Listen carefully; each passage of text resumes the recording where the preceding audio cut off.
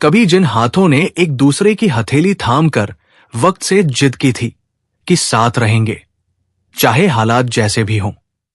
आज उन्हीं हाथों के बीच खामोशी की एक ऐसी दीवार खड़ी हो चुकी थी जिसे तोड़ने की हिम्मत ना वक्त में थी ना हालात में। बस एक उम्मीद थी जो सालों बाद फिर उसी मोड़ पर ले आई थी जहां कभी साथ चला करते थे। सचिन उस दिन किसी पुराने क्लाइंट से मिलने गया था। काम छोटा था पर लोकेशन पुरानी, वही मोहल्ला जहां बरसों पहले वो अपनी पत्नी कविता के साथ चाय पीने आता था। गलियां तो अब भी वही थी, लेकिन दुकानों के नाम बदल गए थे। कई दीवारें फिर से रंग ली गई थी, मगर कुछ यादें आज भी उन ईंटों में चुपचाप दबी हुई थी। कार से उतरकर सचिन जैसे अतीत में उतर गया हो। चलते चलते जब वो नुक्कड़ तक पहुंचा तो उसकी नजर एक छोटी सी दुकान पर पड़ी। एक और लकड़ी का ठेला जिस पर आम, केले, संतरे और कुछ सब्जियां रखी थी। दूसरी तरफ एक पुराना गैस चूल्हा जिस पर चाय चल रही थी। बगल में 2 बेंचें, एक लोहे की पेटी और पास रखे थे कुछ गिलास और कपड़े का झोला। उस पूरे सेटअप के बीच एक औरत खड़ी थी, सांवली सी पसीने से भीगी पेशानी, माथे पर एक बड़ा तिल और हाथों में चाय की केतली। वो कभी चाय छांटती, कभी फल झाड़ती तो कभी किसी ग्राहक से कहती, क्या दूं साहब, चाय या फल? सचिन के कदम वहीं रुक गए। वो चेहरा, वो चाल, वो माथे का तिल सब कुछ पहचानने जैसा था पर यकीन करने जैसा नहीं। वो कविता थी, वही कविता जिससे उसने कभी 7 फेरे लिए थे, वही कविता जिससे वादा किया था, तेरे बिना अधूरा हूं मैं। और आज वो धूप में खड़ी एक चाय और फल की दुकान चला रही थी। शायद जिंदगी के हालात से लड़ती हुई, शायद अपनी बेटी के इलाज का बोझ उठाती हुई, और सबसे ऊपर शायद अपने स्वाभिमान को बचाने के लिए हर सुबह खुद से एक नई जंग लड़ती हुई। सचिन के होंठ सूखने लगे। उसने तुरंत जेब से रुमाल निकाला और चेहरा ढक लिया। अब वो पहले जैसा नहीं रहा था। चेहरा भर गया था, रंग साफ था, कपड़े महंगे थे और चाल में रुतबा आ गया था। लेकिन उस एक पल में उसे एक औरत के सामने खड़े होकर वो फिर वही सचिन बन गया था जो कभी कविता की हर बात उसकी आंखों से पढ़ लिया करता था। वो कुछ देर चुपचाप खड़ा रहा। भीड़ थी लेकिन आवाजें सुनाई नहीं दे रही थी। सिर्फ एक शोर था अंदर से उठता हुआ। कविता अपने काम में लगी रही। उसकी आंखों में थकान थी पर इरादों में अब भी कोई समझौता नहीं था। सचिन ने खुद को संभाला और धीरे धीरे उसके पास पहुंचा। थोड़ा साइड में खड़ा हुआ। कविता ने बिना देखे पूछा, क्या लेंगे साहब? चाय, फल? सचिन की आवाज कांप रही थी, लेकिन उसने खुद को रोका। एक कड़क चाय और कुछ आम दिखा दीजिए। कविता ने चाय छाननी शुरू की और झोले से आम की टोकरी निकाली। सचिन की नजर उस टोकरी के पास रखी एक पुरानी तस्वीर पर पड़ी जिसमें एक मासूम बच्ची की मुस्कुराती सी झलक थी। कमजोर चेहरा लेकिन चमकती आंखें, जैसे अब भी किसी को पापा कहने की आस हो। वो ठिठक गया। वो तस्वीर उसकी रग रग में उतर गई थी, लेकिन उसने अभी खुद से कुछ नहीं कहा, ना सामने आने की हिम्मत की ना कुछ पूछने की। सिर्फ इतना बोला, ये आम कैसे दिए? कविता बोली, सुबह ही लाई हूं साहब, मीठे हैं, मुरझा गए हैं थोड़ा, 100 रुपए किलो खाकर देख लीजिए। सचिन बोला, सारे दे दो। कविता थोड़ी चौंकी, फिर मुस्कुराई नहीं, बस झट से तोलने लगी। 8 किलो है, 800 रुपए होंगे। आप सब ले रहे हैं तो 640 दे दीजिए। सचिन ने चुपचाप जेब से 2 500 के नोट निकाले और पकड़ा दिए। फिर मुड़ने लगा। तभी पीछे से आवाज आई, साहब 200 रुपए ज्यादा दे दिए, भीख नहीं चाहिए। सचिन वहीं रुक गया। पास आई, उसके हाथ में 200 रुपए रखे और फिर उसी ठहरी हुई आवाज में बोली, इज्जत बचाने को ये दुकान है, कमजोर नहीं हूं। सचिन की आंखें भर आई। वो कुछ पल चुप रहा, फिर अपनी कांपती आवाज में बोला, तुम्हारा पति कुछ नहीं करता क्या? कविता ने एक गहरी सांस ली। फिर चाय की केतली रखते हुए बोली, 12 साल पहले तलाक हो गया साहब। सचिन का दिल जैसे किसी ने निचोड़ लिया हो। वो एक पल के लिए थम गया, फिर अपने झोले को संभालता हुआ धीमे धीमे उस दुकान से हटने लगा। पर उसकी आंखें अब भी उसी तस्वीर पर अटकी थी, जिसमें वो चेहरा था जो आज भी शायद उसे पहचान सकता था। कविता अब आम समेट रही थी। गैस का चूल्हा बंद कर चुकी थी। झोले में बचे हुए फल रखे और फिर उसी थके हुए ढंग से वो दुकान की पेटी उठाकर चल पड़ी। सचिन अब भी थोड़ी दूरी पर खड़ा था। उसके हाथ में झोला था, लेकिन दिल में एक बवंडर। उसने खुद से पूछा, क्या वो मेरी बेटी थी? क्या मैंने सच में सब कुछ खो दिया? वो ज्यादा सोच नहीं पाया। बस उसके कदम खुद ब खुद कविता के पीछे चल पड़े। वो गली तंग थी। बिजली के झूलते तार, छतों से टपकती बूंदें, दीवारों पर नाम मिटे हुए पोस्टर और हर दरवाजे पर थकी हुई जिंदगी। लेकिन कविता जहां जाकर रुकी वो घर अलग था। एक छोटा सा टूटा फूटा मकान, जिसके सामने बरामदे में 2 खटिया पड़ी थी। एक खटिया पर एक बूढ़ी औरत, सूखे हाथ पर धंसी आंखें, वो चुपचाप आकाश की ओर देख रही थी। दूसरी खटिया पर एक 10 की लड़की, कमजोर, सांवली, सूनी आंखें, बिखरे बाल।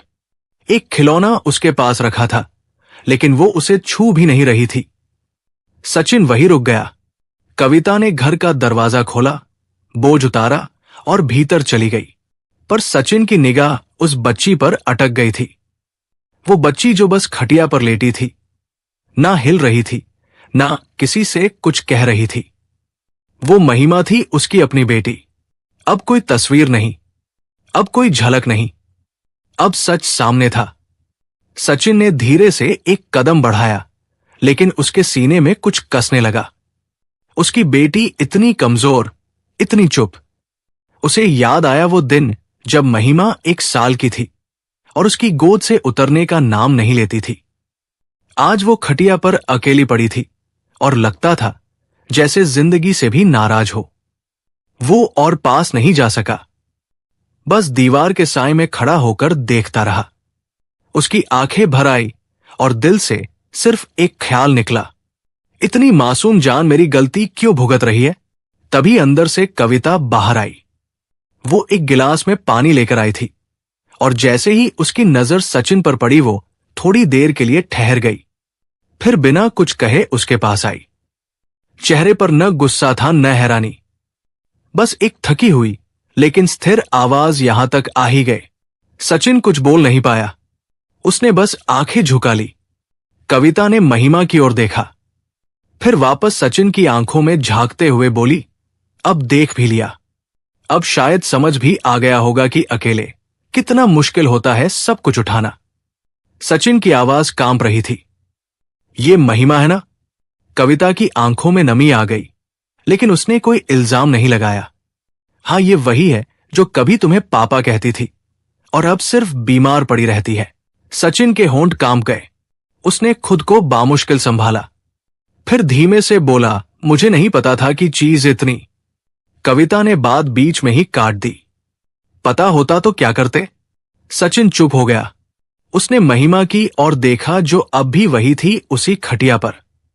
थोड़ी देर बाद महिमा ने धीरे से करवट ली और अपनी सूनी आंखों से एक बार सामने देखा।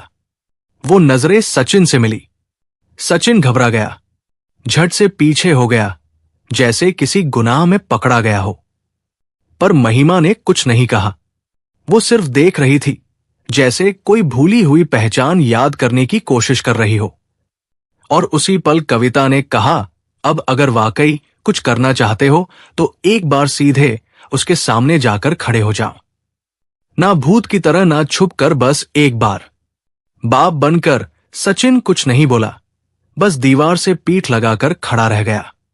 महिमा अब भी देख रही थी, लेकिन उसकी आंखों में ना डर था ना खुशी, बस एक सवाल था जो शायद उसे खुद भी समझ नहीं आ रहा था। महिमा अब खटिया से थोड़ा उठकर बैठ चुकी थी। उसके चेहरे पर वही थकी हुई मासूमियत थी जो अक्सर उन बच्चों में देखी जाती है जो बोलते कम है और सहते ज्यादा है। उसने अपनी मां की ओर देखा, फिर उस अनजान आदमी की तरफ जो दीवार के पास थोड़ी दूरी से उसे देख रहा था। वो आदमी जिसकी आंखों में डर भी था, पछतावा भी और एक अनकही पहचान की उम्मीद भी। कविता खामोशी से महिमा के पास गई, धीरे से उसके सर पर हाथ फेरा और बहुत हल्के स्वर में कहा, बेटा, ये तुम्हारे पापा है। महिमा कुछ नहीं बोली, बस आंखें उठाकर सचिन को देखा, फिर नीचे देखते रही। सचिन अब खुद को रोक नहीं पाया। वो धीरे धीरे आगे बढ़ा और महिमा के सामने जमीन पर घुटनों के बल बैठ गया। उसकी आंखों से आंसू बहने लगे। कांपती आवाज में उसने कहा, मैं बहुत सालों तक चुप रहा बेटा, बहुत बड़ी गलती कर दी मैंने, तुम्हें भी छोड़ दिया, तुम्हारी मां को भी और खुद को भी खो बैठा। पता नहीं अब हक रह गया है या नहीं, पर क्या तुम बस एक बार मुझे माफ कर सकती हो? महिमा की आंखों में सीधा गुस्सा नहीं था, लेकिन कोई भाव भी नहीं था। बस एक खालीपन था जो कह रहा था, इतने साल कहां थे पापा? कुछ पल खामोशी रही, फिर महिमा ने धीरे से हाथ बढ़ाया और सचिन के आंसुओं से भीगे चेहरे को छुआ। कोई शब्द नहीं निकले उसके होठों से, पर स्पर्श में वो सब था जो एक बच्ची ने कभी कह नहीं पाया था। फिर महिमा उठी और धीरे से सचिन के गले लग गई, बहुत धीमे से। बहुत देर तक सचिन ने अपनी बेटी को सीने से चिपका लिया।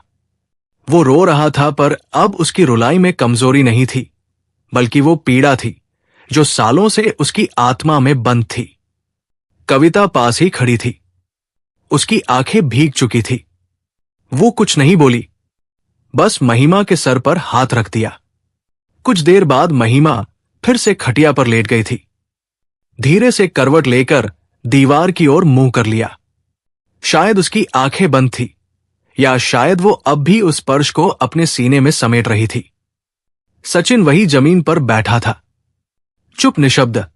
उसकी आंखें महिमा पर थी, पर उसके भीतर कुछ और ही चल रहा था। उसका मन बार बार कह रहा था, अब उससे पूछ कि क्या तू उसका पापा बन सकता है? फिर से अब कविता से कहे कि तू उसके साथ फिर से जिंदगी जीना चाहता है। लेकिन उसकी आंखें कविता की ओर गई।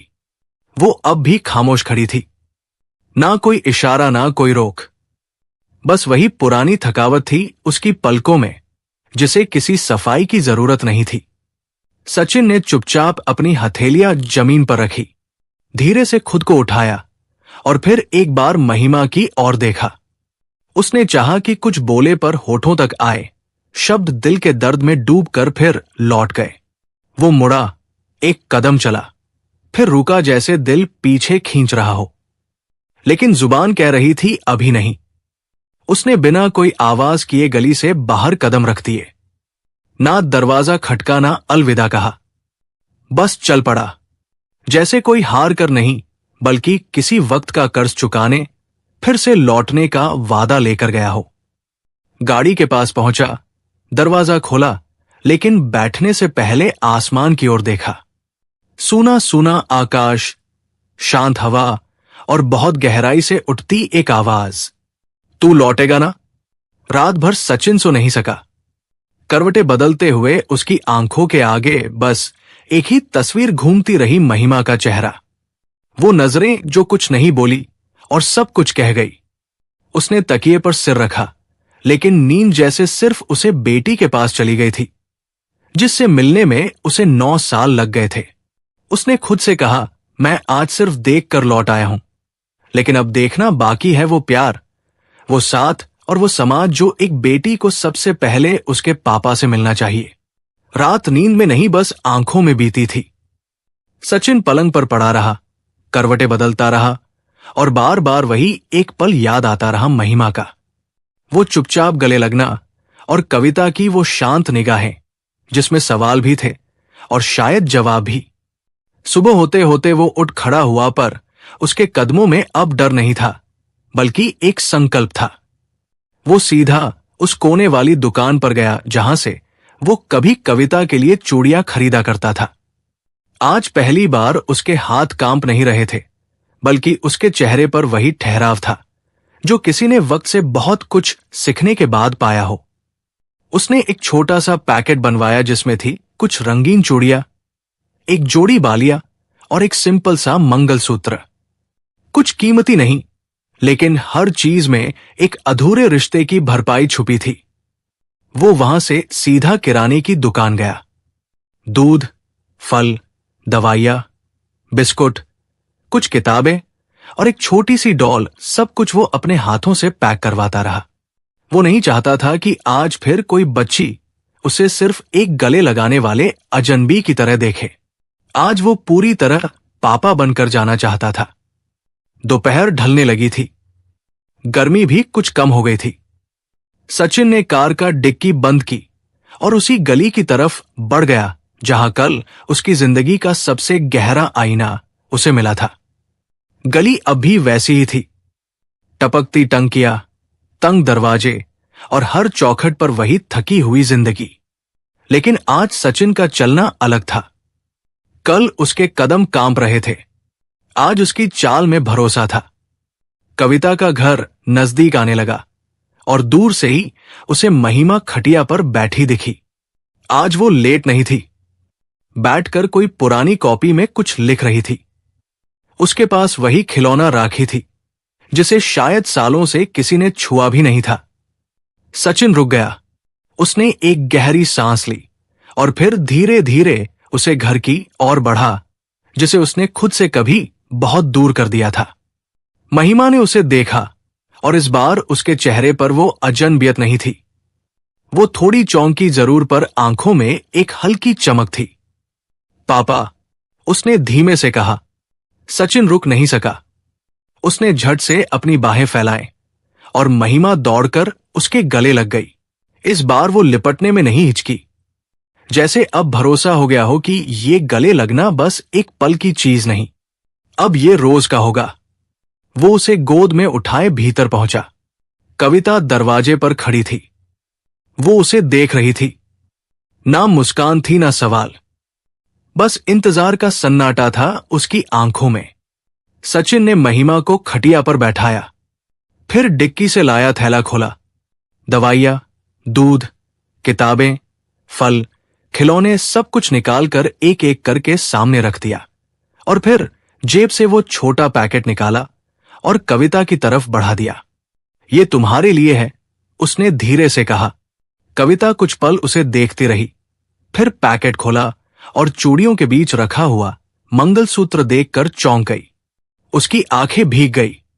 उसने कुछ बोलना चाहा, लेकिन आवाज भीतर ही टूट गई। सचिन उसके पास आया। बहुत धीमे से बोला, उस दिन तुमने कुछ नहीं कहा था, लेकिन तुम्हारी आंखों में मैं देख पाया था कि तुमने अभी सब पूरी तरह खोया नहीं है। अगर माफ कर सको तो इस बार सिर्फ मेरी बेटी को नहीं, मुझे भी अपना बना लो। कविता कांप रही थी। उसने हाथ बढ़ाया, मंगलसूत्र थामा और बहुत देर तक उसे देखती रही। फिर धीरे से कहा, अगर आज के बाद फिर वही गलती की तो ये चूड़ियां फिर कभी नहीं पहनूंगी। सचिन की आंखें भर आई। उसने सिर झुका लिया और बस इतना कहा, इस बार तुमसे नहीं, अपने आप से भी कोई झूठ नहीं बोलूंगा। उस शाम सचिन पहली बार उस घर में ठहरा जहां कल तक वो चुपचाप खड़ा रहता था, और आज उसी घर के अंदर से महिमा की खिलखिलाहट सुनाई दे रही थी। कविता रसोई में थी। चूल्हे पर चाय चढ़ी थी और गैस की धीमी आवाज के साथ चूड़ियों की खनक भी गूंज रही थी। वो मंगलसूत्र अब उसकी गर्दन में था, जिसे सालों पहले आंसुओं में बहा दिया गया था। महिमा दरवाजे के पास बैठी अपनी नई किताबों के पन्ने पलट रही थी और बीच बीच में सचिन को देखकर मुस्कुरा रही थी, जैसे हर बार आंखों से कहती हो, अब कभी मत जाना पापा। सचिन चुपचाप खिड़की के पास बैठा था। उसका चेहरा थका हुआ नहीं था, बल्कि शांत था। कई सालों बाद उसे कोई दौलत, कोई दुकान, कुछ भी याद नहीं आ रहा था। बस ये 3 जिंदगियां दिख रही थी जो आज एक साथ सांस ले रही थी। पर सुख की शुरुआत से पहले कुछ अधूरे पन्ने बंद करने जरूरी थे। अगले दिन सुबह सचिन फिर अपनी दुकान पर पहुंचा। जैसे ही अंदर गया, उसका बड़ा भाई सामने आ गया। वही चेहरा, वही आवाज, लेकिन अब उसकी आंखों में ताजुब था। सचिन कहाँ था? 2 दिन से फोन भी बंद, दुकान का हिसाब ही रुका है। सचिन शांत रहा, धीरे से कुर्सी खींची, बैठा और फिर वही एकदम स्थिर आवाज में कहा, अब से ये दुकान और ये जिंदगी मेरी होगी, मेरी मर्जी से चलेगी। भाई चौंका, हंसने की कोशिश की। क्या मतलब है तेरा? सचिन उसकी आंखों में आंखें डालकर बोला, मतलब ये कि अब मैं अपने रिश्तों को फिर से जीना चाहता हूं, अपने गुनाहों को माफ नहीं सुधारना चाहता हूं। तू पागल हो गया है क्या? भाई चिल्लाया, तेरी जिंदगी तो हमने संभाली, तू तो कहीं का नहीं रहा था। जब सचिन ने बात काट दी, हाँ मैं कहीं का नहीं रहा था, क्योंकि मैं खुद को खो चुका था। अब मैंने खुद को वापस पा लिया है। कविता और महिमा के पास जाकर वो औरत जो तुझे छोड़ गई थी। भाई जहर उगलने लगा। सचिन उठा, कदम आगे बढ़ाए और बिल्कुल पास जाकर बोला, नहीं, वो औरत जो कभी मेरा सब कुछ थी और जिसे मैंने चुप रहकर खो दिया था। अब मैं चुप नहीं रहूंगा। भाई तमतमा गया, तो क्या दुकान छोड़ देगा? सचिन ने हल्की मुस्कान के साथ कहा, नहीं, अब दुकान मेरे साथ चलेगी, पर इंसानियत के साथ, पैसों के पीछे दौड़ते हुए नहीं। बेटी की हंसी और पत्नी की इज्जत के साथ भाई कुछ नहीं बोल सका। कई सालों बाद वो अपने छोटे भाई को एक आदमी की तरह खड़ा देख रहा था, जो अब झुक नहीं रहा था। सचिन उस दिन घर लौटते हुए रास्ते में चुप रहा, लेकिन उसके अंदर की शांति उसके चेहरे पर दिख रही थी।